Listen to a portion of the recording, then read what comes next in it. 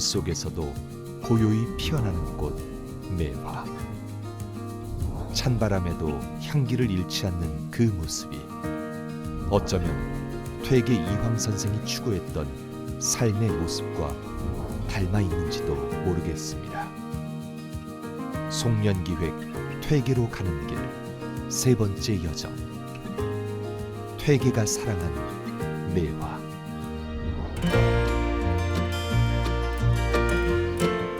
네, 여러분 안녕하세요. 송년기획 퇴계로 가는 길 안내를 맡은 아나운서 황지은입니다. 이번 시간에는 퇴계 이황 선생이 살아간 매화를 주제로 낭만과 도학을 아우르는 퇴계 선생의 감성 세계를 만나볼 텐데요.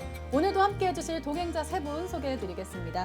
개그맨 남호연님, 천용길 시사평론가님, 그리고 한국국학진흥원 마이카님 세 분 어서 오세요. 반갑습니다. 반갑습니다. 저희가 오늘 벌써 세 번째로 이렇게 만나게 됐습니다. 네. 그러니까 저희가 네. 아까 좀 쉬는 시간에는 오늘 세 번째니만큼 오늘 좀 더 친하게 그런 모습을 좀 그려보자 했는데 왜 갑자기 엄숙해지는 거예요 또? 표정부터 아니 아까 어색해지시고. 마이크니 아까 말 엄청 엄청 많이 해요. 그래서 오늘 파이팅 한다고? 그러게요. 아니 근데 저는 오늘 세 번째잖아요. 네.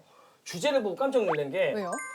오늘 주제가 퇴계 이황이 사랑한 매화라는 주제인데 그 1,000원짜리에 우리 그 이황 선생님이 계신데 네네. 저는 매화가 있는 줄 몰랐어요. 아, 그게 오. 보니까 얼마 전에 보안 패치가 됐더라고요. 네. 아, 1,000원짜리에 야, 태계 선생이 너무 무거운 것 같다. 꽃도 있어야 된다. 이 태계 선생이 사랑했던 매화도 있고 그 옆에 보면 성균관 명륜당 네. 그림도 추가된 것 같더라고요. 아니 그러니까 많고 많은 꽃 중에 왜 하필 매화인지 예, 주제도 주제인 만큼 네네. 그게 궁금하더라고. 벨기에에서도 매화 알아요? 벨기에에서 뭐 한국만큼 매화 그렇게 유명하지 않지만 네. 그 상징적인 그 의미 잘 아는 것 같아요. 상징적인 의미? 왜냐하면 그 2019년에 네. 그 벨기에 왕비가 한국에 방문했잖아요. 네. 그때는 그 김정숙 여사가 그 왕비를 맞이하며 매화 명품을 네. 그 준비했다고 들었어요. 아. 그래서 매화가 뭐 향기롭고 품격 있는 마음으로 그 두 나라의 우정이 뭐 같이 하자고 그런 의미 와, 하는 거예요. 그럼 이게 진짜 매화가 뭐 남다른 의미가 있네요. 네. 말씀해 주신 것처럼 매화는 시대와 나라를 넘어서 고결함과 기품을 그만큼 상징하는 꽃인 것 같은데요. 오늘 궁금해 하셨으니까 오늘 이 매화를 통해 퇴계로 가는 길을 활짝 열어주실 선생님을 바로 모셔보도록 하겠습니다.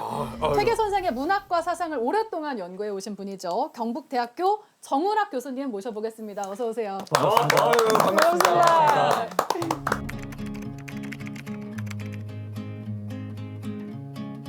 오늘 그 매화가 주제인데 매화는 늘 보는 그 꽃이죠. 그렇지만 매화에 대한 어떤 깊은 의미라든가 이런 것은 깊이 있게 생각해 본 적이 어쩌면 한 번도 없지 않았을까. 매실주는 많이 마시는데 맞지요? 퇴계는 그 매화를 아주 이제 좋아했습니다. 그 어떤 사람은 혹애했다 또는 그 혹호했다라고 이야기하기도 하는데. 혹애 또는 혹호가 뭐냐면은 혹독하게 좋아하고 사랑하는 것입니다. 매화를 몸서리치도록 아, 미치도록 사랑한다. 그렇지. 혹독하게 사랑했던 사람이 바로 퇴계인데 왜 퇴계가 그렇게 매화를 좋아했을까라고 하는 것이 굉장히 하여튼 궁금한데요. 근데 이러한 이야기를 하기 전에 우리가 조금 먼저 알아야 둬야 될 게 있는데 그게 바로 감성의 문제입니다. 그 시대 때 우리 이황 선생님께서 어떤 감성이 그러니까 퇴계는 감성이 없는 사람, 감정이 없는 사람처럼 이렇게 많이 이야기되기도 하거든요. 근데 사실 그렇지 않습니다. 그래서 이제 제가 특별하게 퇴계의 감성과 관련된 것이 바로 시이기 때문에 적게는 2,100여 수, 그다음에 많게는 3,100여 수이기 때문에 굉장히 하여튼 많죠. 퇴계가 제일 좋아하는 사람이 뭐 여러 명이 있겠습니다만은 그 중에 만년에 주자를 좋아했는데 주자가 적게는 1,500여 수, 많게는 2,000여 수 이렇게 이야기하거든요. 그래서 퇴계는 자기가 가장 좋아했던 주자보다 더욱더 감성이 뛰어난. 청출어람이네요. 그러니까 네. 굉장히 어떤 감성이 살아있는, 이 촉촉하게 감성이 젖어 있는 이런 그 사람이 있습니다. 근데 교수님, 그 우리 마이카 씨는 감성이 무슨 말인지 아세요, 혹시? 저 한번 SNS에 네. 그 글귀를 올렸어요. 그래서 그때 한국인 친구들이 아 이거 되게 감성이 있다고. 그거는 감성 주점이고 지금 여기서 이제 이황 선생님의 이제 예, 그 감성. 그럼 감정 아니에요? 감정 표현 음. 그런 거 저도 그렇게 이렇게 알고 있는데. 혹시 그래도 감성을 표현하자면 뭐라고 표현할 수 있을 것 같으세요?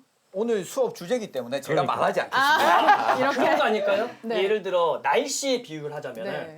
우리가 비가 오는 날은 뭐가 땡깁니까? 파전? 막걸리. 막걸리, 막걸리? 김치전, 네. 파전 이렇게 막 이렇게 떠오르듯이 그날 이 하루의 날씨와 이런 감정에 맞춰서 또 쓸 수 있는 거고 그거 눈빛이 왜 그러시죠? 맞나요, 교수님? 관심! 제가 틀린 것처럼 틀리면 틀리자 말씀하셔도 돼요. 굉장히 재미있어가지고 그러니까 여러 가지 섞여 있는데 그러니까 네. 성하고 정은 다르거든요. 성은 굉장히 순수한 것이고 무고한 것이고 정 같은 경우는 선악이 섞여져 있는. 그러니까 여기에는 욕망이 따라 붙일 수 있는데 감성에는 그런 게 없죠. 그럼 감성이랑 분위기 차이가 뭐예요? 어. 이거 분위기 있다. 지금 감정적이시죠? 그렇네요. 교수님 지금 표정에. 표정이 감정적이신데 왜 마이크가 갑자기 안 하던 질문을 하세요? 분위기는 환경을 이야기하는 거잖아요. 환경하고 이제 인간의 어떤 그 정서가 이렇게 조화하는 이런 상황 속에서 나타나는 것인데 분위기하고는 다르죠. 그러면 이제 퇴계 선생님의 감성이 무엇인지 저희가 이제 본격적으로 좀 들어가 보도록 할 텐데 확실히 알았어요. 우선 공간 감성이라는 게 있다고 네, 하더라고요. 공간 감성이라고 하는 것은 공간에서 느끼는 우리의 어떤 그 순수한 정서예요. 그리고 공간에는 예컨대 도산서원이라고 하는 이 공간이 있으면 여러 가지 사물들이 있는데 거기에서 내가 어떤 것을 느낄까 또는 저 사람을 보면서 나는 어떤 것을 느끼는가. 예컨대 여기에 A라고 하는 사람이 있으면 그 평가를 할 때 어떤 사람은 이 A라고 하는 사람이 무슨 생각을 할 수 있을까? 이념적으로 이렇게 생각할 수도 있잖아요. 그래서 이 사람은 이렇다 이렇게 이야기할 수도 있고 그다음에 어떤 경우는 이 사람은 외면적인 예쁘다. 예쁘기 때문에 뭐 좋다 싫다 이렇게 이야기할 수도 있고 또 어떤 사람은 이 사람의 프로필. 이 사람은 어느 대학을 나와가지고 어디에서 태어나가지고 어떤 프로필을 가지고 그렇기 때문에 내가 좋다 싫다 어떻다 이렇게 평가할 수 있을 거예요. 공간도 마찬가지입니다. 이 공간 감성 같은 경우는 한 4가지 정도로 이제 이야기할 수 있는데 도학 감성 같은 경우는 그 공간에 대해서 자기가 늘 추구했던 이념적인 이상적인 이런 것을 통해 가지고 이제 그 공간을 파악할 수도 있고 그다음에 또 하나는 사회 감성 가는 게 있어요. 퇴계는 이제 그 벼슬도 하고 그래서 이제 암행 의사하기도 하고 충청도라든가 강원도 이쪽으로 가거든요. 그렇게 하면서 백성들을 살아가는 것을 이렇게 볼 텐데 그때는 사회적인 어떤 구조라든가 자연스럽게 그런 것을 생각이 되겠죠. 그때는 사회 감성을 느끼는 거예요. 사회적인 구조라든가 부조리라든가 이런 걸 느낄 수 있고 그다음에 퇴계는 생활입니다. 생활인. 생활에 따른 자잘한 일들 거기에 대한 또 감성이 있을 수 있잖아요. 그다음에 또 뭐가냐면 자연에 대한 아름다움. 해가 서쪽으로 넘어갈 때 노을이 막 진다든가 거기에 대해서 감성의 어떤 떨림 이런 것들이 있을 거단 말입니다. 그래서 이제 퇴계의 감성 같은 경우는 도학 감성도 있고 도화, 낭만 감성도 있고 사회 감성도 있고 생활 감성. 도산 서당 안에서는 퇴계가 이 4가지 감성 가운데 무엇을 주로 이렇게 이런 감성 활동이 있었을까? 감성이 작동했을까? 여기서 1501년에서 태어났단 말입니다. 이 예안에서. 그다음에 여기에서 열심히 이제 학문도 하고 그다음에 그 시도 쓰고 이렇게 문학도 하고 학문도 하고 이렇게 이제 그 하시면서 과거 공부도 하시고 그렇게 하다가 성균관에 가서 이렇게 처음으로 세상을 보기도 하고 관리 생활을 하면서 서울을 중심으로 해서 또 느꼈던 이런 것들이 있지 않겠습니까? 그 감성. 그 감성이 있을 거고 만년에는 이쪽으로 돌아오셔가지고 여기에는 학문하면서 자기의 그 심성을 기르기 위해 가지고 굉장히 이제 노력을 하시는데 그때 느꼈던 또 다른 감성이 있을 거단 말이죠. 그러니까 크게 보면은 퇴계가 초기의 어떤 예안 공간에서 느꼈던 게 있고. 그 다음에 이제 그 과거를 통해 가지고 관리가 되어서 느꼈던 그러한 그 서울 공간에 대한 이런 감성이 있을 수도 있고, 그 다음에 이제 다시 예안으로 돌아와 가지고 느꼈던 이런 부분들, 이것을 이제 좀 세분화시켜 보면은 그 공간 감성 이론이라고 할 수 있는데요. 그 가운데에 후기, 우리가 있는 여기에 도산 서당이라고 하는 이 공간 안에서는 퇴계가 어떤 생각을 했을까, 어떤 감성이 주로 작동했을까, 이게 굉장히 흥미로운 거죠. 지금 그 교수님께서 쭉 말씀하시는 거 보면은 우리 퇴계 이황 선생님께서는 F시구나. F. 그냥 네. MBTI 감성이 너무 충만하시니까 어. 어느 공간에 가시든지 그러네요. 어느 공간에 있든지 무슨 일을 하시든지 그 공간 안에서의 느끼는 요새 말로 이제 F 감성이라고 하는데 좋은 비유 같으신데요? 중요한 말. 저는 저한테 삿대질 하는 줄 알았어요. 어디 우리 선생님한테 저는 네. 내가 아주 좋아할 때 샷지질. 네. 좋아하는 뜻. 그러니까 딱, 네, 저는 그렇게 들었거든요. 보통 성리학자들이나 도학자들 같은 경우는 시를 싫어해요. 완물상지 시를 지으려고 하면은 어떤 사물에 굉장히 집중을 해가지고 거기 가지고 계속 이렇게 그걸 이제 그 집중하다 보면은 자기가 원래 본 마음 같은 것들을 상실해 버리거든. 퇴계는 기본적으로 그걸 인정해요. 인정을 하는데 사물을 만나가지고 이렇게 아름다운 공간을 보면은 시가 없을 수 없다. 시에 대해서 굉장히 개방적이면서 적극적으로 지었습니다. 그렇기 때문에 2,100여 수가 넘고 많게는 3,100여 수가 된다라고 하는. 그러니까 퇴계는 아주 중요한 사상가이자 또한 시인입니다. 이렇게 사물에 빠지면 안 된다고 했는데 태계 선생님은 사물에 느끼는 감성 이것도 시로 남겨놓으셨다. 그렇죠. 그럼 요즘 말로 하면 오타쿠네요. 한 군데 빠졌다.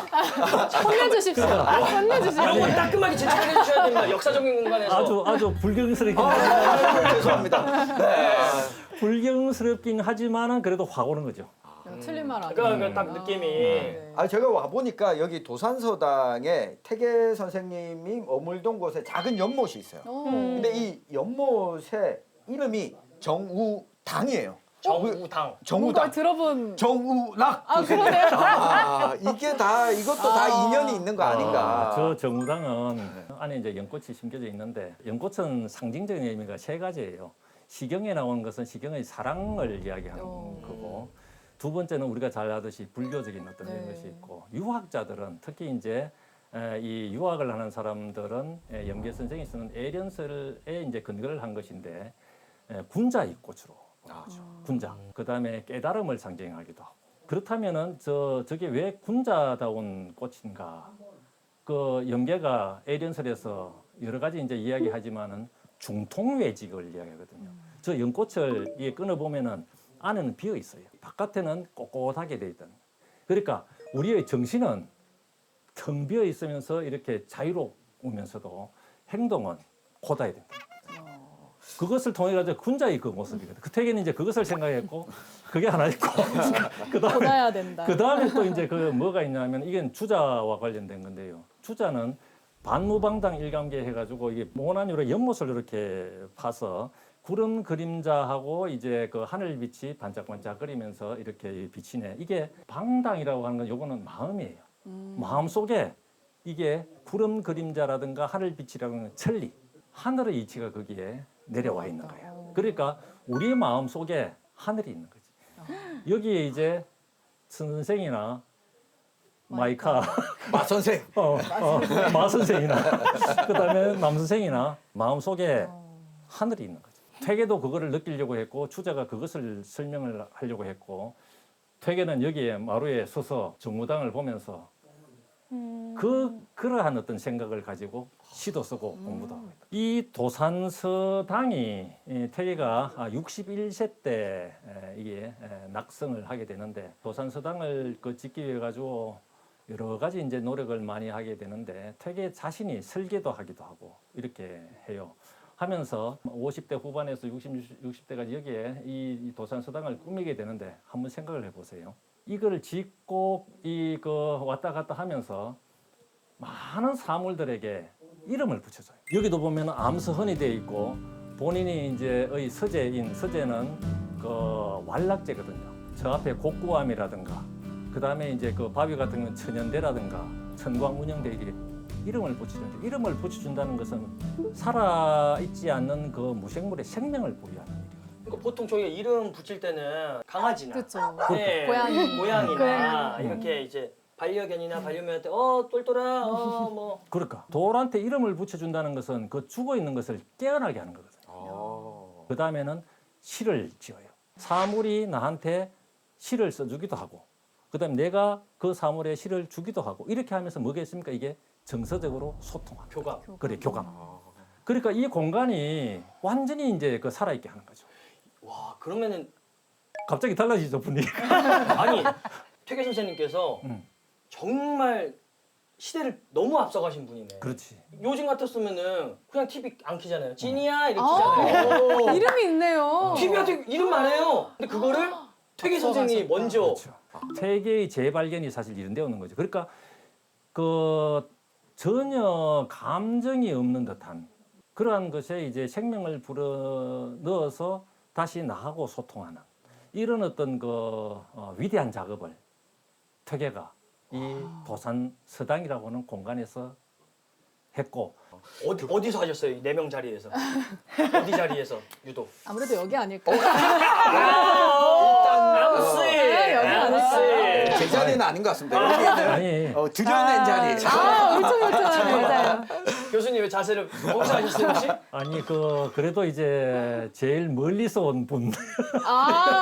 여기 영광입니다. 퇴계 선생님. 기 받아야 돼. 복 받은 자리네요. 네, 기 받아야 돼요. 여기가 이제 도산 서당이라고 하는 공간인데 그러니까 자연을 보면서 시도 쓰고 시도 쓰고 그다음에 소통을 하면서 그러니까 여기에서는 경서를 읽고 심각한 생각을 많이 하면서 이렇게 이제 완락을 하시고 여기에 나와서는 이제 자연과 소통을 이렇게 했죠. 그러니까 하나는 확장적인 측면이 있으면은 이 안에는 이 수렴적인 측면. 이 두 그럼 개가 저희가 여기서 이렇게 교수님 이야기를 듣는 것도 어찌 보면 옛날에도 네. 그렇죠. 그렇게 하시는 거죠. 그렇지. 그럼 여기 공간도 감성 있는 공간 부를 수 뭐, 있어요? 당연하죠. 이게 최고의 감성이 있는 네. 거지.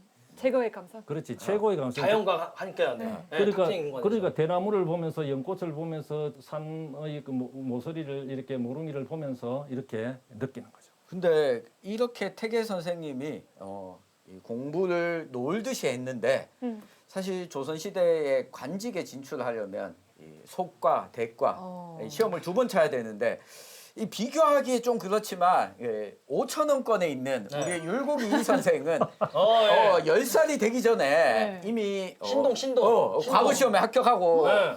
했는데 이 태계 선생님은 시험도 3번 만에 붙었다고 들었거든요. 이 조선시대 때는 과거 시험에 합격하는 게 그렇게 그러네요. 좀 그 어려웠나요? 좋은 질문이에요. 그 과거 시험을 열심히 공부해가지고 어떤 사람 같은 경우는 평생 동안 공부하거든요. 과거에 꼭 빨리 이제 그 진출했다 해가지고 좋은 게 아니에요. 그러니까 그만큼 고민하면은 더 커지거든요. 깊어지고. 그래서 그 조선시대 과거 같은 경우는 특히 대과 같은 경우는 3번에 걸쳐가 있는데 맨 처음에 초시에 한 240명 정도 뽑아요. 그 다음에 이제 복시에 거기에서 33명을 뽑는데 3년 만에 한 번씩 쓰는데 33명 안에 들어가야 되는 거예요. 들어가게 되면 이게 평균 2,000대 1쯤 되는 거예요. 평균 2,000대 1 되고 그 다음에 정조연간인데 1800년에 거기에 그 특별고가 같은 경우는 11,000대 1. 11,000대 1쯤 돼요. 그럼 이 만천대 일을 우리 호연 씨는 경험해 보셨잖아요. 그러니까요. 제가 만 대까지 맞아본 적이 있어요. 만 천대까지는 아니지만 예전에 까불다가 만 대까지 맞아봤는데 태계 선생님께서 그래 떨어지신 이유가 있을 것 같아. 이유가 뭐냐? 교수님 말씀 들어보니까 퇴계 선생님께서는 공간에 대한 감성적이 있다. 그러니까 과거 시험장 갔는데 그 공간에 또 감성을 느낀 거야. 또 빠져서. 취하셨구나. 그러면서 또 F 감성이 드는 거야. 그래, 쟤 그렇게 붙고 싶어 하는구나. 일부러 좀 오답 좀 하고 좀 틀리고 감성이 다르니까. 감성 때문에 얘를 좀 그 공간에 얼마나 좀 무생물에도 교류를 하니까 이 시험지 이 과거 이 종이에도 교류를 하는 거야. 종이에도 이름을 붙여줬구나. 그렇지.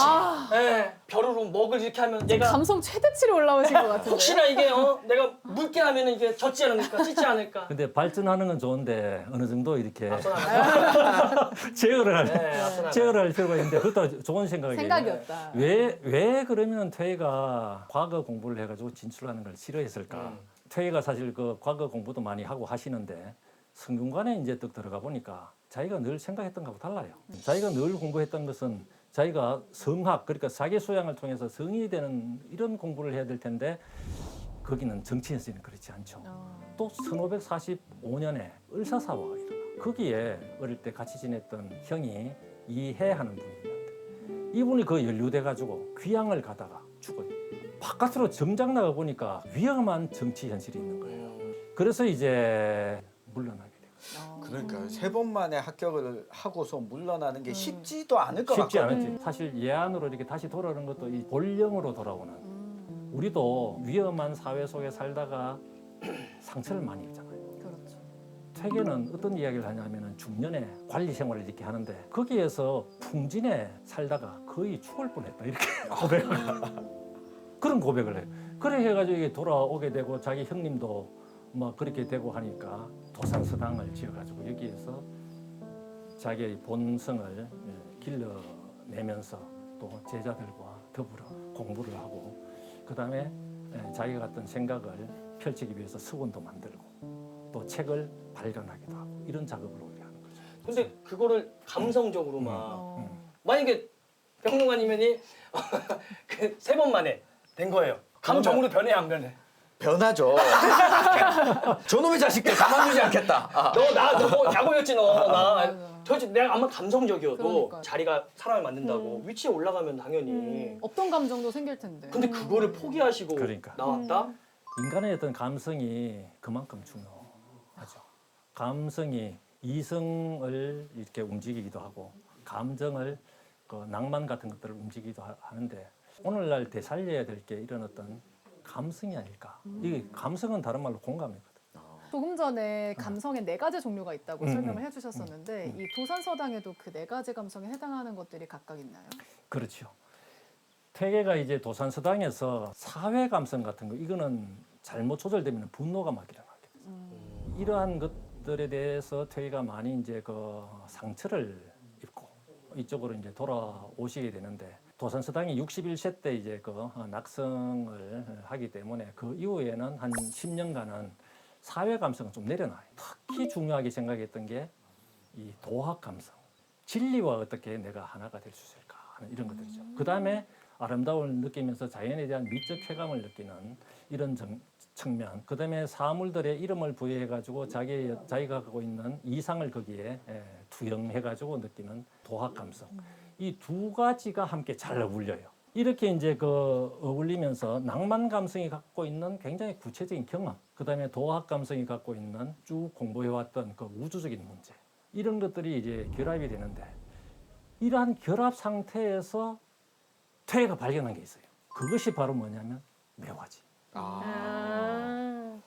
이어지는 게 이제 매화로 그렇지. 도학을. 퇴계의 도학 감성과 낭만 감성이 가장 이렇게 그 결부되어 있는 융회되어 있는 녹아서 함께 있는 그 자리에 가장 그 이미지로 떠오르던 하나의 대표적인 상이 하나 있는데 그것이 바로 매화랍니다.